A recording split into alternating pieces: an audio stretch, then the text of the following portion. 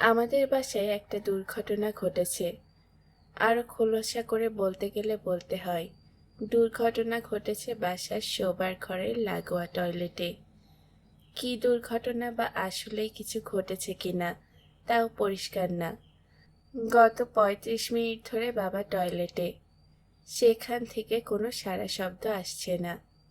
মা কিছুক্ষণ পর পর দরজা ধাক্কাচ্ছেন এবং চিকন গলায় ডাকছেন, এই টগরের বাবা, এই। মা হচ্ছেন অস্থির রাশির জাতক। তিনি অতি তুচ্ছ কারণে অস্থির হন। একবার আমাদের বারান্দায় একটা দাঁড় কাক এসে বসল। তার ঠোঁটে মানুষের চোখের মতো চোখ। মা চিৎকার শুরু করলেন। মা মনে করলেন দাঁড় কাকটা জীবন্ত কোনো মানুষের চোখ ঠোকর দিয়ে তুলে নিয়ে এসেছে। এক পর্যায়ে ধপাস করে জ্ঞান হারিয়ে মেঝেতে পতন। বাবা ৩৫ মিনিট ধরে শব্দ করছেন না। এটা মার কাছে ভয়ঙ্কর অস্থির হওয়ার মতো ঘটনা। মা এখনো মূর্ছা যাননি, এটা একটা আশার কথা। মা এখন আমাদের ঘরে। আমি এবং টগর ভাইয়া এই ঘরে থাকি। মার মনে হয় শ্বাসকষ্ট হচ্ছে। তিনি বাজার থেকে কেনা জীবিত বোয়াল মাছের মতো হা করছেন আর মুখ বন্ধ করছেন। টগর ভাইয়া বিছনায় চিত হয়ে শুয়ে আছে। তার বুকের ওপর একটা বই ধরা। বইটার নাম আদার ওয়ার্ল্ড। বইটা উল্টা করে ধরা। টগর ভাইয়া প্রায় উল্টা করে বই পড়তে পছন্দ করেন। মা বললেন, টগর, এখন কি করি বলতো? দরজা ভাঙবো? ভাইয়া হাই তুলতে তুলতে বলল, ভাঙো, কবি নজরুল হয়ে যাও। কবি নজরুল হব কেন? ভাইয়া বুকের ওপর থেকে বই বিছানায় রেখে উঠে বসতে বসতে বলল, লাথি মারো ভাঙরে তালা, যত সব বন্দিশালা। মা, তুমি একটা চাইনিজ কোরাল জোগাড় করো। আমি দরজা কেটে বাবাকে উদ্ধার করছি। ঘরে কি চাইনিজ কোরাল আছে? মা ক্ষীণ গলায় বললেন, না তো। ভাইয়া বললেন, চাইনিজ কোরাল অতি প্রয়োজনীয় জিনিস। সব বাড়িতেই দুটা করে থাকা দরকার। একটা সাধারণ ব্যবহারের জন্য, অন্যটা হলো স্পেয়ার কপি। লুকানো থাকবে, আসলটা পাওয়া না গেলে তার খোঁজ পড়বে। মা কাঁদো কাঁদো গলায় বললেন, উল্টাপাল্টা কথা না বলে একটা ব্যবস্থা কর। বাথরুমের দরজা হালকা, লাথি দিলেই ভাঙবে। ভাইয়া বলল, লাথি দিয়ে দরজা ভাঙলাম, দেখা গেল বাবা ন্যাংটো হয়ে কমোডে বসে আছেন। ঘটনাটা বাবার জন্য যথেষ্ট অস্বস্তিকর হবে। এই বিষয়টা ভেবেছ? টগর, আয় তো বাবা, আয়। বিছনা থেকে নামলো। সেনাপতির পেছন পেছন, সৈন্য সামন্তের মতো আমি এবং মা ভাইয়ার পেছনে। শোবার ঘরে ঢুকে দেখি বাবা বিছানায় বসে আছেন, তার কাঁধে টাওয়েল। তিনি মার দিকে তাকিয়ে বললেন, এক কাপ লেবু চা দাও তো, করা হয় না যেন। টি ব্যাগ 1 মিনিট রেখে উঠিয়ে ফেলবে। মা বিদ্যুৎ বেগে রান্নাঘরের দিকে ছুটলেন। আমরাও মার পেছনে পেছনে গেলাম। টয়লেট দুর্ঘটনা নাটকের এখানেই সমাপ্তি। এখন আমাদের পরিচয় দেওয়া যাক। বাবা, বয়স 63, একটা প্রাইভেট বিশ্ববিদ্যালয়ের ইংরেজি ভাষা ও সাহিত্য পড়ান। সপ্তাহে 2 দিন একটা টিউটোরিয়াল হোমে ইংরেজি শেখান। বাবা অত্যন্ত সুপুরুষ। তারপরও কোনো এক বিচিত্র কারণে ছাত্র মহলে তার নাম মুরগি স্যার। ইউনিভার্সিটি থেকে টিউটোরিয়াল হোমেও বাবার এই নাম চালু হয়ে গেছে। বাবা বাসায় মা ছাড়া কারোর সঙ্গে কোনো কথা বলেন না। মার সঙ্গে তার কথাবার্তাও অত্যন্ত সংক্ষিপ্ত, SMS ধরনের।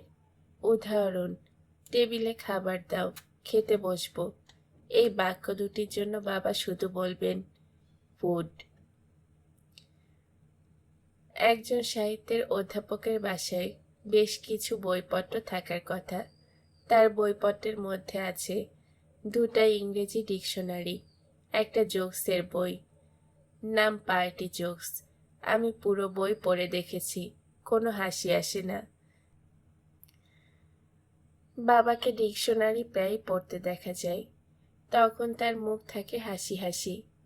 এই সময় যে কেউ তাকে দেখলে মনে করবে তিনি রোমান্টিক কোনো উপন্যাস পড়ছেন। তিনি টেলিভিশন দেখেন না, মাঝে মধ্যে ইংরেজি খবর পাঠ দেখেন। খবর পাঠ শেষ হওয়া মাত্র বিরক্ত মুখে বলেন, ভুল উচ্চারণ, থাবড়ানো দরকার। থাবড়ানো দরকার তার প্রিয় বাক্য। সবাইকে তিনি থাবড়াতে চান। রিকশাওয়ালা 2 টাকা বেশি নিলে তিনি বিড়বিড় করে বলবেন, থাবড়ানো দরকার। বাবা স্বাস্থ্যের প্রতি অত্যন্ত যত্নশীল। প্রতিদিন ভোরবেলা তাকে উঠানে ঘড়ি ধরে 20 মিনিট হাঁটতে হয়। 20 মিনিট পার হলে 10 মিনিট ফ্রি হ্যান্ড এক্সারসাইজ করেন। এক্সারসাইজের সময়ের হিসাব রাখেন মা। তিনি বারান্দার মাঝখানে হাত ঘড়ি নিয়ে বসে থাকেন। 20 মিনিট পার হওয়ার পর বলেন, টাইম আউট। 10 মিনিট ফ্রি হ্যান্ড এক্সারসাইজের পর আবার বলেন, টাইম আউট। বাবা চান মা তার সঙ্গে ইংরেজিতে কথা বলেন। মা টাইম আউট ছাড়া আর কোনো কথা ইংরেজিতে বলেন না। খাবার দাবার বিষয়ে বাবাকে উদাসীন মনে হয়, তবে কিছু বিশেষ খাবার তার অত্যন্ত প্রিয়। এই খাবারগুলোর রন্ধন প্রক্রিয়া যথেষ্ট জটিল। শুধু একটি উল্লেখ করি, কলার মোচার বড়া। কলার মোচা প্রথমে ভাপে সিদ্ধ করতে হয়, তারপর ডিম মেশানো বেসনে অল্প আঁচে ভাজতে হয়। বাবার বিনোদনের ব্যাপারটা বলি, মাঝে মধ্যে তাকে মোবাইল ফোনে একটি গেম খেলতে দেখা যায়। এই খেলায় সাপকে আপেল আঙ্গুর খাওয়াতে দেখা যায়। এসব সুখাদ্য খেয়ে সাপ মোটা হয়। সাপ ঠিক মতো খাদ্য গ্রহণ না করলে বাবা চাপা গলায় বলেন, থাবড়ানো দরকার। মা ক্লাস 10-এ পড়ার সময় বাবার সঙ্গে মার বিয়ে হয়। ইচ্ছাকৃতভাবে হোক অনিচ্ছাকৃতভাবে হোক, বিয়ের রাতে বাবা 3টা বিড়াল মেরে ফেলেন। স্ত্রীর ইংরেজি জ্ঞান পরীক্ষার জন্য 3টি প্রশ্ন করেন, কোনোটার উত্তরই মা দিতে পারেননি। প্রশ্নগুলো হলো, বাবা, হর্নেট শব্দের মানে কি? মা ভীত গলায় বললেন, জানি না। বাবা, উড অ্যাপেল কি? মা আরো ভীত গলায় বললেন, জানি না। বাবা, ডেইলি লাইফ মানে কি? মা ফোপাতে ফোপাতে বললেন, জানি না।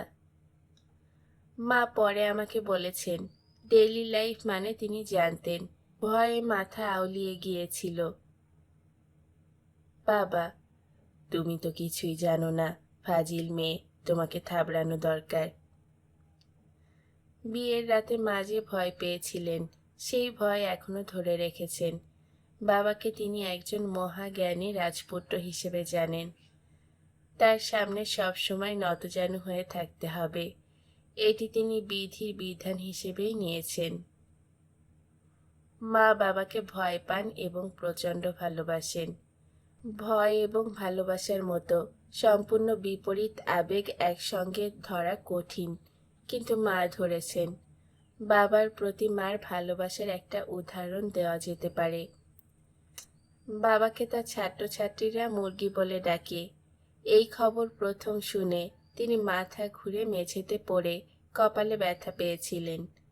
মাথায় পানি ঢেলে মোটামুটি সুস্থ করার পরে মার প্রথম বাক্য, টগর, তোর বাবাকে সবাই মুরগি বলে ডাকে? ভাইয়া বলল, মুরগি সবাই ডাকে না, কেউ কেউ ডাকে মুর্গ। মুরগির চেয়ে মুর্গ শব্দটা ভালো। মুর্গ শুনলে মাথায় আসে মুর্গ মুসল্লাম। মুর্গ মুসল্লাম একটি উচ্চমানের মোগলাই খানা। কাউকে মুর্গ ডাকা তার প্রতি সম্মান সূচক। রূপবান পুরুষদের স্ত্রীরা কুরূপা হয়, এটা নিপাতনে সিদ্ধ। মা নিয়মের ব্যতিক্রম। তিনি শুধু যে রূপবতী তা নয়, তার বয়স মোটেই বাড়ছে না।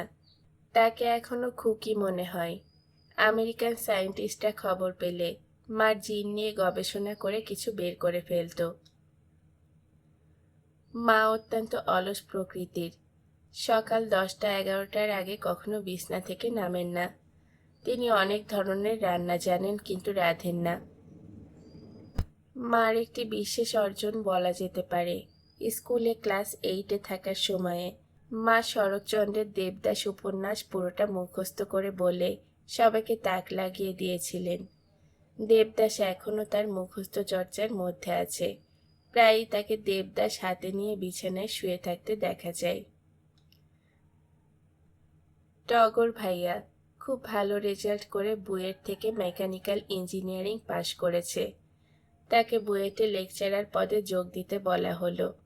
ভাইয়া বলল, আমি চিৎকারও হব না। লেকচারার হওয়া মানে ক্লাসে চিৎকার দেওয়া, এর মধ্যে আমি নেই। মা বললেন, তাহলে কি হবি? ভাইয়া বলল, কিছুই হব না, চিন্তা করে জীবন পার করে দেব। মা বললেন, কি সর্বনাশ? ভাইয়া হাই তুলতে তুলতে বলল, সর্বনাশের কিছু না মা, এই পৃথিবীতে অনেক গুরুত্বপূর্ণ মানুষ আছেন যারা কোনো কাজকর্ম ছাড়া শুধু চিন্তা করে জীবন পার করে দিয়েছেন, যেমন গৌতম বুদ্ধ। তুই গৌতম বুদ্ধ হবি? গৌতম বুদ্ধ হওয়া যায় না, আমি অন্য কিছু হব।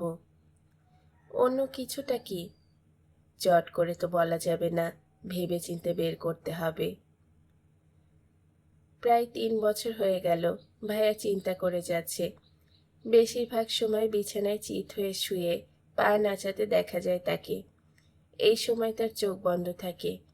ভাইয়া কখন জেগে আছে কখন ঘুমোচ্ছে বোঝা যায় না। ঘুমের মধ্যেও সে পা নাচাতে পারে। গতকাল রাতে বাবার সঙ্গে ভাইয়ার কথা হয়েছে। বাবা বললেন, তোমার মার কাছে শুনলাম তুমি গৌতম বুদ্ধ হবে। ভাইয়া শুয়েছিল, শোয়া থেকে উঠে বসতে বসতে বলল, তোমরা সবাই যদি চাও গৌতম বুদ্ধের মতো কেউ হওয়ার চেষ্টা করতে পারি। অনেক দিন হলো পৃথিবীতে নতুন কোনো ধর্ম আসছে না, নতুন ধর্ম আসার সময় হয়ে গেছে। বাবা ঝিম ধরে কিছুক্ষণ বসে রইলেন। ভাইয়াও বসে বসে ঘন ঘন হাই তুলতে লাগলো। এক সময় বাবা উঠে চলে গেলেন। বিড়বিড় করে কিছু একটা বললেন। কি বললেন পরিষ্কার বোঝা গেল না। মনে হয় থাবড়ানো বিষয়ে কিছু বললেন। ভাইয়ার ঘরের দেয়ালে তার মাথার কাছে আইনস্টাইনের একটা ব্ল্যাক অ্যান্ড হোয়াইট ছবি টানানো। ছবিতে জিভ বের করে আইনস্টাইন ভেঙাচ্ছেন। ছবির নিচে ভাইয়া লিখে রেখেছেন, দি গ্রেটফুল। ভাইয়ার স্বভাবও মার মতো অলস প্রকৃতির। গোসলের মতো প্রত্যাহিক কাজ তিনি আলস্যের কারণে করেন না। সপ্তাহে বড়জোর 2 দিন তিনি গোসল করেন। গোসল না করার পেছনে তার যুক্তি হচ্ছে, পৃথিবীর অনেক দেশেই খাবার পানির ভয়ঙ্কর অভাব। সেখানে আমি গায়ে পানি ঢেলে এত পানি নষ্ট করব, অসম্ভব। মা যেমন শুধু দেবদাস পড়েন, ভাইয়া সেরকম না। তার ঘর ভর্তি বই। যতক্ষণ তিনি জেগে থাকেন ততক্ষণ তার মুখের সামনে বই ধরা থাকে। আমার নাম মঞ্জু। ভাইয়া যেরকম ব্রিলিয়ান্ট, আমি সেরকম না, গাধা। 2 বার বিয়ে পরীক্ষা দিয়ে ফেল করেছি। 2য় বার ফেলের বিষয়টা শুধু ভাইয়া জানে। বাবা মা দুজনকেই পা ছুঁয়ে সালাম করে বলেছি, হায়ার 2nd ক্লাস পেয়েছি। মা মিষ্টি কিনে বাড়িতে বাড়িতে পাঠিয়েছেন। আমাকে বলেছেন, তোর পাশের খবরে এত খুশি হয়েছি, আমি স্বপ্ন দেখেছিলাম তুই এবারও ফেল করেছিস। মার স্বপ্নের ব্যাপারটা বলতে ভুলে গেছি। মা যা স্বপ্ন দেখেন তাই হয়। একবার মা স্বপ্ন দেখলেন রিকশা থেকে পড়ে বাবা পা ভেঙে ফেলেছেন। 1 সপ্তাহ পর একই ঘটনা ঘটল। বাবা রেগে গিয়ে মাকে বলেছিলেন, এ ধরনের স্বপ্ন কম দেখলে ভালো হয়, ভালো কিছু দেখবে, তা না পা ভাঙা হাত ভাঙা থাবড়ানো দরকার। মা খুব লজ্জা পেয়েছিলেন। রহিমার মা আমাদের বাড়ির কাজের বুয়া। বিরাট চোর, তবে খুব কাজের। ভাইয়ার প্রতি তার আলাদা দুর্বলতা আছে বলে আমার ধারণা। ভাইয়ার যে কোনো কাজ করার জন্য সে ব্যস্ত। ভাইয়ার সঙ্গে নানান ধরনের গল্পও করে। একদিন ভাইয়াকে বলল, বুঝছেন ভাইজান, শরীরটা নিয়ে পড়ছি বিপদে। মানুষের বাড়িতে কাম করব কি, সবাই শরীরের দিকে চাইয়া থাকে। ভাইয়া বলল, তাকিয়ে থাকার মতো শরীর তো তোমার না রহিমার মা, কেন তাকিয়ে থাকে? কি যে কন ভাইজান, রইদে পুরা চেহারা নষ্ট হয়েছে, কিন্তু শরীর ঠিক আছে। আজ পর্যন্ত এমন কোনো বাড়িতে কাজ করি নাই যেখানে আমারে কুপ্রস্তাব দেয়নি। হয় বাড়ির সাহেব কুপ্রস্তাব দিয়েছে, সাহেব না দিলে বেগম সাহেবের ভাই দেয়। আমাদের বাড়ি থেকে তো এখনো কোনো কুপ্রস্তাব পাও নাই। সময় তো আর পার হয়ে যায় নাই ভাইজান, সময় আছে, আমার শৈল আছে। যেদিন কুপ্রস্তাব পাবো আপনারে জানাবো, এইটা আমার ওয়াদা। রহিমার মার বিয়ে হয়নি। রহিমার নামে তার কোনো মেয়ে নেই। সে 15-16 বছর বয়সে কাজ করতে গেল। কোনো বেগম সাহেব তাকে রাখে না, কুমারী মেয়ে রাখবে না। সে নিজেই তখন বুদ্ধি করে রহিমার মা নাম নিল। দেশের বাড়িতে তার স্বামী আছে, রহিমা নামের মেয়ে আছে। তখন চাকরি হলো, আমাদের এখানে 2 বছর ধরে আছে। পরিবারের সবার কথাই তো মোটামুটি হলো। এখন যে বাড়িতে থাকি তার কথা বলি। বাড়ি একটি জীবন্ত বিষয়। বাড়ির জন্ম মৃত্যু আছে, রোগ ব্যাধি আছে। কোনো কোনো বাড়ির আত্মাও আছে, আবার আত্মা শূন্য নিষ্ঠুর বাড়িও আছে। আমরা থাকি জিগাতলার বুদ্ধিজীবী স্মৃতিসৌধের কাছাকাছি একটা গলির ভেতরে। গলির নাম ছানাউল্লাহ সড়ক। ছানাউল্লাহ আওয়ামী লীগের একজন নেতা। গলির নামকরণ ছানাউল্লাহ সাহেব নিজেই করেছেন। নিজ খরচায় অনেক জায়গায় জায়গায় সাইনবোর্ড টানিয়ে দিয়েছেন। স্থানীয় বাসিন্দারা ছানাউল্লাহ সড়ক বলে না, বলে মসজিদের গলি। গলির শেষ মাথায় মসজিদ আছে বলেই এই নাম। মসজিদের গলিতে বাবা 6 কাঠা জায়গার একতলা বাড়ি বানিয়েছেন। দোতলা করার শখ আছে। শখ মিটবে এরকম মনে হচ্ছে না। বাবার জমি কেনার কিছু ইতিহাস আছে। জমিটা তিনি এবং তার এক বন্ধু ফজলু চাচা কিনেছিলেন। জমি কেনার 1 সপ্তাহের মাথায় ফজলু চাচা মারা যান। জমি রেজিস্ট্রি এবং নামজারি বাবা নিজের নামে করে নেন। ফজলু চাচার স্ত্রী তার বাচ্চা মেয়েকে নিয়ে কয়েকবার এ বাড়িতে এসেছিলেন। প্রতিবারই বাবা অতি ভদ্রভাবে বলেছেন, ভাবি, ফজলু এবং আমি দুজনে মিলেই জায়গাটা কিনতে চেয়েছিলাম। শেষ মুহূর্তে ফজলু টাকাটা দিতে পারেনি। টাকা নিয়ে সে রওনা হয়েছিল, এটাও সত্যি। পথে টাকা ছিনতাই হয়। ফজলু 7 দিনের মাথায় মারা যায়।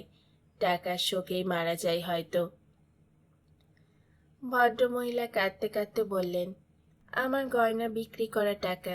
পদ্মের বাবা বলেছিল টাকা আপনার হাতে দিয়েছে। আপনাকে শান্ত করার জন্য বলেছে ভাবি। এতগুলো টাকা ডাকাতরা নিয়ে গেল, কাউকে বলাও তো কঠিন। ভাই, আমি এখন কি করব বলুন? পড়াশোনা 9 পর্যন্ত। কেউ তো আমাকে চাকরিও দেবে না। বিভিন্ন অফিসে চেষ্টা করতে থাকুন। নতুন নতুন মার্কেট হচ্ছে, তাদের সেলস গার্ল দরকার। তারা বেতনও খারাপ দেয় না। আমিও চেষ্টা করব। বাবা যতক্ষণ কথা বলছিলেন বাচ্চা মেয়েটা ততক্ষণই একটা কঞ্চি হাতে ছোটাছুটি করছিল। আমি বললাম, এই খুকি, কি করছো? সে বলল, আমার নাম খুকি না, আমার নাম পদ্ম। আমি বললাম, এই পদ্ম, তুমি কঞ্চি নিয়ে কি করছো? বিড়াল তাড়াচ্ছি। বিড়াল কোথায়? তোমাদের বাড়িতে অনেকগুলো বিড়াল, তুমি দেখতে পাচ্ছ না? আমি পাচ্ছি। ওই দেখো একটা বিড়াল। পদ্ম কঞ্চি হাতে কালো বিড়ালের দিকে ছুটে গেল। ভাইয়ার কাছে শুনেছি 2-3 মাস পর পর ভাইয়াকে দিয়ে বাবা ফজলু চাচার স্ত্রীকে পাঠিয়েছেন। মেয়েদের এক স্কুলে আয়া শ্রেণীর চাকরিও জোগাড় করে দিয়েছিলেন। আমাদের এই বাড়ির আর্কিটেক্ট বাবা মাঝখানে একটা খালি জায়গা রেখে চারিদিকে ঘর তুলে ফেলেছেন। বড় ঘর, মাঝারি ঘর, ছোট ঘরের ছড়াছড়ি। এর মধ্যে 2টি ঘর তালা বন্ধ। এই 2টি হলো গেস্ট রুম। গেস্ট আসে না বলে তালা খোলা হয় না। আমার মার ধারণা, বাড়িতে কোনো ঘর দীর্ঘদিন তালাবন্ধ থাকলে সেখানে ভূত প্রেত আশ্রয় নেয়। মা মোটামুটি নিশ্চিত তালাবন্ধ ঘরের একটিতে একজন বৃদ্ধ বাস করে। মা অনেকবার খড়ম পায়ে ভূতের হাঁটার শব্দ শুনেছেন এবং খক খক কাশির শব্দ শুনেছেন। মনে হয় যক্ষা রোগাক্রান্ত ভূত। ভূত সমাজে অসুখ বিসুখ থাকা বিচিত্র কিছু না। ভূত খড়ম পায়ে হাঁটে কেন তা পরিষ্কার না। খড়ম বাংলাদেশ থেকে উঠে গেছে, গ্রামের দিকেও স্পঞ্জের স্যান্ডেল। আমাদের এই ভূত অপ্রচলিত খড়ম কোথায় পেল তা কে জানে। বৃদ্ধ ভূতের কিছু কর্মকাণ্ড আমি নিজের কানে শুনেছি। আমাদের বাড়ির ঠিক মাঝামাঝি জায়গায় একটা চাপ কল। এক রাতে শুনি উনি চাপ কলে চাপ দিয়ে পানি তুলছে। ঘটাং ঘটাং শব্দ হচ্ছে। বাইরে এসে দেখি ফকফকা চাঁদের আলো। চাপ কলের ধারের কাছে কেউ নেই। আমি দৌড়ে ভাইয়ার ঘরে ঢুকলাম। ভূত দেখতে পাওয়া যেমন ভয়ঙ্কর, দেখতে না পাওয়াটাও ভয়ঙ্কর। এরপর থেকে আমি রাতে ভাইয়ার সঙ্গে ঘুমোই। কি দরকার ভূত প্রেতের ঝামেলায় যাওয়ার। ভাইয়া অবশ্য চাপ কলের একটা ব্যাখ্যা দাঁড় করিয়েছে। ভাইয়ার ব্যাখ্যা হচ্ছে, চাপ কলের ভেতরে থাকে পানি। মাঝে মধ্যে প্রাকৃতিক কারণে পানির স্তর নিচে নামে। এমন কোনো ঘটনা ঘটলে চাপ কলের ভেতরে রিং স্ল্যাব ওঠানামা করবে। বাইরে থেকে দেখে মনে হবে অদৃশ্য কেউ চাপ কল চাপছে। ভাইয়া যে কোনো বিষয়ে সুন্দর যুক্তি দিতে পারে। মাথার কাছে আইনস্টাইনের ছবি থাকায় মনে হয় এরকম হচ্ছে। আমাদের বিষয়ে যা বলার মোটামুটি বলা হয়ে গেছে। এখন মূল গল্পে আসা যেতে পারে। না না, মূল গল্পে আসার আগে আমাদের বাড়ি কেনার গল্পটা বলে নেই। সোমবারে বাবার দুটো ক্লাস থাকে। এই দিন সকাল 7টার আগেই বাসা থেকে বের হন। এত সকালে রহিমার মার ঘুম ভাঙে না বলে নাস্তা তৈরি হয় না। আমাকে দোকান থেকে নাস্তা নিয়ে আসতে হয়। 2টা পরাটা, বুন্দিয়া, একটা সিদ্ধ ডিম। বাবা ডিমের কুসুম খেয়ে সাদা অংশ আমার দিকে এগিয়ে দিতে দিতে বলেন, লবণের ছিটা দিয়ে খেয়ে ফেল। অন্যের উচ্ছিষ্ট খাওয়া নোংরা ব্যাপার। বাবার দিকে তাকিয়ে প্রতি সোমবার আমাকে এই কাজটি করতে হয়। 2টা পরাটা তিনি খেতে পারেন না, অর্ধেকটা বেঁচে যায়। এই অর্ধেকের ভেতর বুন্দিয়া দিয়ে তিনি রোলের মতো বানিয়ে বলেন, খেয়ে ফেল। বুন্দিয়া রোলও আমাকে খেতে হয়। সোমবার ভোর আমার জন্য অশুভ। আজ সোমবার। বাবা ইউনিভার্সিটি যাওয়ার জন্য তৈরি হচ্ছেন না। চাপ কলের কাছে প্লাস্টিকের লাল চেয়ারে টিভি বিজ্ঞাপনের আরএফএলের চেয়ারম্যানের মতো বসে আছেন। আমি বললাম, টাকা দাও, নাস্তা নিয়ে আসি। বাবা বললেন, তুই আমাকে ডিকশনারিটা এনে দে। আমি ডিকশনারি এনে দিলাম। বাবা গম্ভীর ভঙ্গিতে ডিকশনারির পাতা ওল্টাতে লাগলেন। আগেই বলেছি, মা কখনোই 10টা-11টার আগে ঘুম থেকে উঠতে পারেন না। আজ সবই এলোমেলো। 8টার সময় মার ঘুম ভেঙে গেল। মা উঠানে এসে চিন্তিত গলায় বললেন, কি হয়েছে, ইউনিভার্সিটি যাবে না? বাবা বললেন, না। না কেন, শরীর খারাপ? বাবা ডিকশনারি বন্ধ করতে করতে বললেন, কাছে এসো, কাম ক্লোজার। মা ভীত গলায় এগিয়ে গেলেন। বাবা ফিসফিস করে মাকে কিছু বললেন। মা কি বললেন তা আমি শুনতে পেলাম না, তবে নিশ্চয়ই গুরুত্বপূর্ণ কোনো ব্যাপার। মার মুখ হা হয়ে গেল। বুকে হাত দিয়ে তিনি ঘন ঘন নিঃশ্বাস নিতে লাগলেন। তার মাথা নিশ্চয়ই ঘুরছে, তিনি পড়ে যাওয়ার মতো ভঙ্গি করছেন। বাবা চেয়ার থেকে উঠে মাকে ধরে বসিয়ে দিয়ে নিজের ঘরে চলে গেলেন। আমি মার সামনে দাঁড়ালাম, চিন্তিত গলায় বললাম, মা, কোনো সমস্যা? মা বললেন, তোর বাবা গাড়ি কিনেছে, ক্রিম কালারের গাড়ি। 9টার সময় ড্রাইভার গাড়ি নিয়ে আসবে। ড্রাইভারের নাম ইসমাইল। কি কাণ্ড দেখেছিস, তোর বাবা গাড়ি কিনে ফেলেছে। আল্লাহ গো, আমার এখনো বিশ্বাস হচ্ছে না। মনে হয় স্বপ্ন দেখছি। কে জানে, মনে হয় স্বপ্ন। টগরকে ডেকে তুলে গাড়ি কেনার কথা বল। এত বড় একটা ঘটনা, সে ঘুমোচ্ছে, এটা কেমন কথা? রহিমার মাকেও ডেকে তোল, সে শুনলে খুশি হবে। ভাইয়াকে বাবা নিজেই ডেকে তুললেন, গম্ভীর গলায় বললেন, তুই ইঞ্জিনিয়ার মানুষ, গাড়ির কলকবজার কি অবস্থা দেখে দে।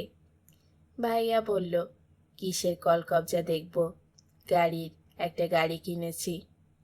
ভাইয়া হাই তুলতে তুলতে বলল, খামাখা গাড়ি কিনেছো কেন? বাবা হতাশ গলায় বললেন, গাড়ির প্রয়োজন আছে, এজন্য কিনেছি। আমার তো নানা জায়গায় যেতে হয়, তোর মতো বিছানায় শুয়ে থাকলে হয় না। ভাইয়া বলল, তুমি তো শুধু ইউনিভার্সিটিতে যাও আর সেখান থেকে বাসায় আসো, তোমার জন্য রিকশাই যথেষ্ট। নতুন গাড়ির প্রতি ভাইয়ার অনাগ্রহ মা পুষিয়ে দিলেন। তার বয়স 5 বছর কমে গেল। গলার স্বরে কিশোরী কিশোরী ভাব চলে এলো। আমাকে আহ্লাদি গলায় বললেন, তোর বাবা বলেছে আমাকে নিয়ে লং ড্রাইভে যাবে। শাড়ি কোনটা পরবো বলতো? বিয়ের শাড়িটা পরবো? পরতে পারো, বাবাকে ভুলিয়ে ভালিয়ে শেরওয়ানি পাগড়ি পরিয়ে দাও। মা বললেন, ঠাট্টা করিস না, চট করে যা, মসজিদের ইমাম সাহেবকে নিয়ে আয়, নতুন গাড়িতে দোয়া বক্সে দিবেন। ইমাম বাইরে থেকে আনতে হলো না, গাড়ির সঙ্গেই চলে এলেন। গাড়ির ড্রাইভার ইসমাইলকে দেখে মনে হলো দেওবন্ধ মাদ্রাসার শিক্ষক। হাঁটুর গোড়ালির ওপরে পায়জামা, সবুজ পাঞ্জাবি ও হাঁটু ছাড়িয়ে অনেক দূর নেমে গেছে। মুখ ভর্তি চাপ দাড়ি, চোখে সুরমা, নামাজ পড়ে কপালে স্থায়ী কালো দাগ করে ফেলেছেন। ভাইয়া হুড খুলে গাড়ির ইঞ্জিন পরীক্ষা করে বলল, ইঞ্জিন তার জীবনের শেষ প্রান্তে চলে এসেছে, যে কোনো দিন ফোঁস করে নিঃশ্বাস ফেলে ইন্তেকাল করবে। এই যে বসবে আর উঠবে না। বাবা কি মনে করে এই আবর্জনা কিনলো? গাড়ির ড্রাইভার ইসমাইল বলল, ইঞ্জিন খুব ভালো অবস্থায় আছে ভাইজান, বাঘের বাচ্চা ইঞ্জিন। ভাইয়া বলল, বাঘের হলে খুবই ভালো কথা, হালুম হালুম করে গাড়ি চলবে, মন্দ কি? বাবা এবং মা বিয়ের বেনারসি পরে বাঘের বাচ্চা ইঞ্জিনের গাড়িতে বের হলেন। রহিমার মা ঠোঁটে লিপস্টিক মেখে তাদের সঙ্গে গেল। সে বসল ড্রাইভারের পাশে, তার গাম্ভীর্য দেখার মতো। তার হাতে টকটকে লাল রঙের ভ্যানিটি ব্যাগ। 2 ঘন্টা পরে ভাড়া করা সিএনজিতে 3 জন ফিরল। 3 জনেরই মুখ গম্ভীর। রহিমার মার চোখে পানি। বাবার নতুন কেনা গাড়ির ইঞ্জিন বসে গেছে। ড্রাইভার ইসমাইল গাড়ি ঠেলে নিয়ে গেছে গ্যারেজে। যাই হোক, বাঘের বাচ্চা ইঞ্জিন ঠিক করা হয়নি।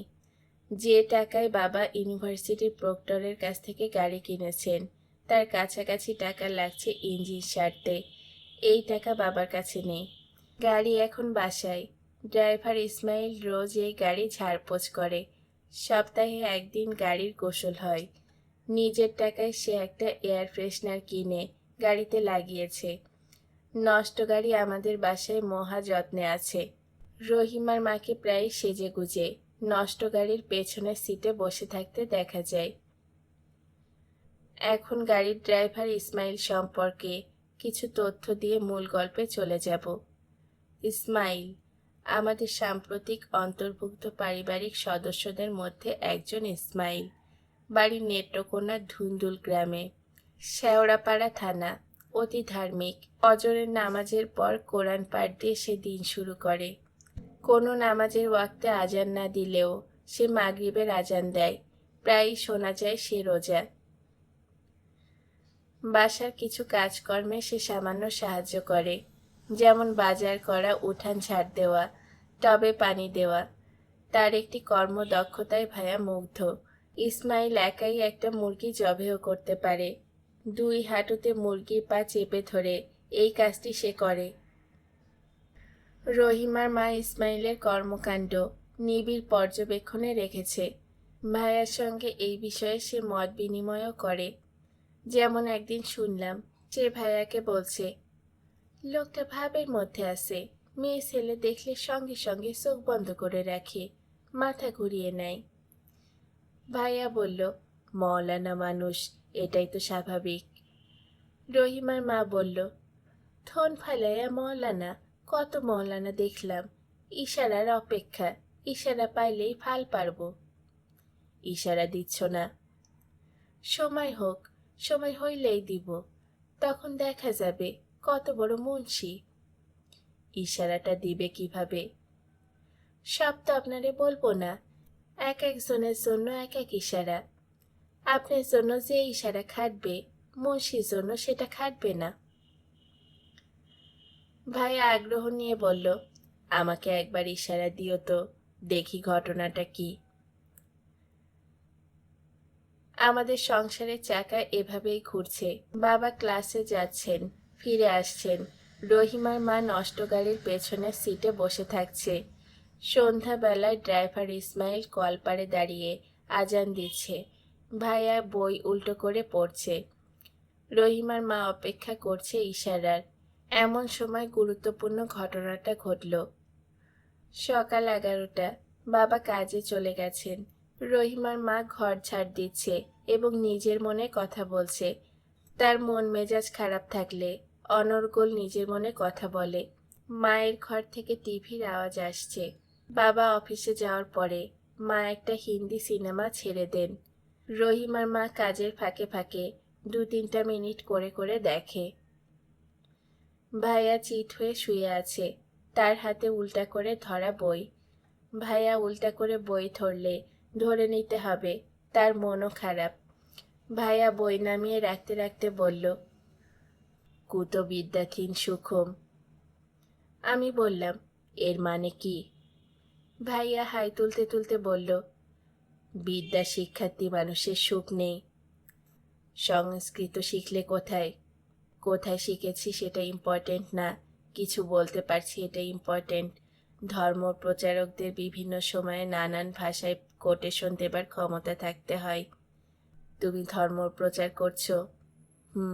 ভালোবাসার বিপরীত শব্দ কি বল দেখি? ঘৃণা। আমার ধর্মের মূল বিষয় হচ্ছে ঘৃণা। এই ধর্মে সবাই একে অন্যকে ঘৃণা করবে। তোমার ধর্মের নাম কি? রগট ধর্ম। টগর উল্টা করে হয়েছে রগট। রগট ধর্ম 3 স্তম্ভের ওপরে দাঁড়ানো। এই ধর্মের মানুষদের সপ্তাহে একটা মন্দ কাজ করতে হবে, নয়তো তার ধর্মনাশ হবে। 1 ঘৃণা, 2 হিংসা, 3 বিদ্বেষ। আমি ভাইয়ার দিকে তাকিয়ে আছি। সে ফাজলামো করছে কিনা এখনো বুঝতে পারছি না। ভাইয়া অবশ্য ফাজলামো করা টাইপ না, তার মাথায় কিছু একটা নিশ্চয়ই খেলা করছে। ভাইয়া হাই তুলতে তুলতে বলল, মঞ্জু, একটা কাজ করে দিতে পারবি? আমি বললাম, কি কাজ বলো? একটা মেয়ের ঠিকানা লিখে দিচ্ছি, মেয়েটাকে এবং মেয়ের মাকে নিয়ে আসবি। তারা এখন থেকে এ বাড়িতে থাকবে। বাবাকে জিজ্ঞেস করেছ? বাবাকে জিজ্ঞেস করব কোন দুঃখে? বাবা বাড়িতে এসে দেখবেন তার একটা গেস্ট রুম দখল হয়ে গেছে। তার চোখ কপালে উঠে যাবে, দর্শনীয় ব্যাপার হবে। যাদের আনতে চাচ্ছ তারা কে? মেয়েটার নাম পদ্ম। পদ্মর মায়ের নাম ভুলে গেছি। পদ্মকে চিনিস না? বিড়াল কন্যা। বিড়াল কন্যা এখন সিংহের মুখের সামনে, তাকে উদ্ধার করা জরুরি। আমি বললাম, ঠিকানা দাও, নিয়ে আসছি। ভাইয়া বলল, গুড বয়। আমি বললাম, তাদের সঙ্গে তোমার যোগাযোগ আছে? বাবা মাঝে মধ্যে কিছু টাকা দেন, আমি নিয়ে যাই। কাজটা বাবা করেন অপরাধ বোধ থেকে। এই বাড়ির অর্ধেকটা ওদের। তুমি নিশ্চিত? অবশ্যই। বাবা এমন কোনো দয়ালু মানুষ না যে ওদের দুর্দশা দেখে টাকা পাঠাবেন। তার হচ্ছে হিসাবের পয়সা। ওদের এ বাড়িতে এনে তোলার পরের ব্যাপারটা ভেবেছ? না, আমি বর্তমানে বাস করি, অতীতে না, ভবিষ্যতেও না। তোমার কর্মকাণ্ড তো রগর ধর্মের সঙ্গে যাচ্ছে না। তুমি পদ্ম আর তার মাকে দয়া করছো, ভালো কাজ করছো। রগরটা কি এই কাজ করতে পারে? ভাইয়া হাসতে হাসতে বলল, দয়া দেখাচ্ছি তোকে কে বলল? এ বাড়িতে এসে উঠলেই ধুন্ধুমার লেগে যাবে। বাবা আধা পাগলের মতো হবেন, মা ঘন ঘন মূর্ছা যাবেন। আমার রগর ধর্ম এই জিনিসটাই চাই, ঝামেলা, সন্দেহ, ঈর্ষা, পরস্পরের প্রতি অবিশ্বাস। আমি বললাম, সিএনজি ভাড়া দাও, সিএনজিতে করে নিয়ে আসি। ভাইয়া উঠে বসতে বসতে বলল, ব্যাপারটা এত সহজ না। পদ্ম মেয়েটা আছে মহা বিপদে। আজ তাকে জোর করে বিয়ে দেবার ব্যবস্থা হচ্ছে। তুই একা কিছু করতে পারবি না। তোকে মেরে তক্তা বানিয়ে দেবে। তোর সঙ্গে লোকজন যাবে, ওরাই ব্যবস্থা করবে। এখন বাজে কয়টা? 11:20। তুই অপেক্ষা কর, 12টার মধ্যে দলবল চলে আসবে, ওদের সঙ্গেই যাবি। রহিমার মাকে বল আমাকে চা দিতে। ভাইয়া আবার শুয়ে পা নাচাতে লাগলো। তাকে উৎফুল্ল দেখাচ্ছে। রগর ধর্মের মানুষদের উৎফুল্ল দেখার বিধান কি আছে? সন্দেহজনক চেহারার কিছু লোকজন মাইক্রোবাসে বসা। এদের একজন আবার ইসমাইলের মতো মওলানা। বিশাল দাড়ি, সেই দাড়ি মেহেন্দি দিয়ে রাঙানো। মওলানার মাথায় জরির কাজ করা লাল টুপি। তার শারীরিক কিছু সমস্যা আছে। কিছুক্ষণ পর পর তিনি শরীর কাঁপিয়ে ঘোর ধরনের শব্দ করেন। মওলানা বসেছেন ড্রাইভারের পাশে। তিনি ক্রমাগত তসবি টেনে যাচ্ছেন। তার গা থেকে কড়া আতরের গন্ধ আসছে।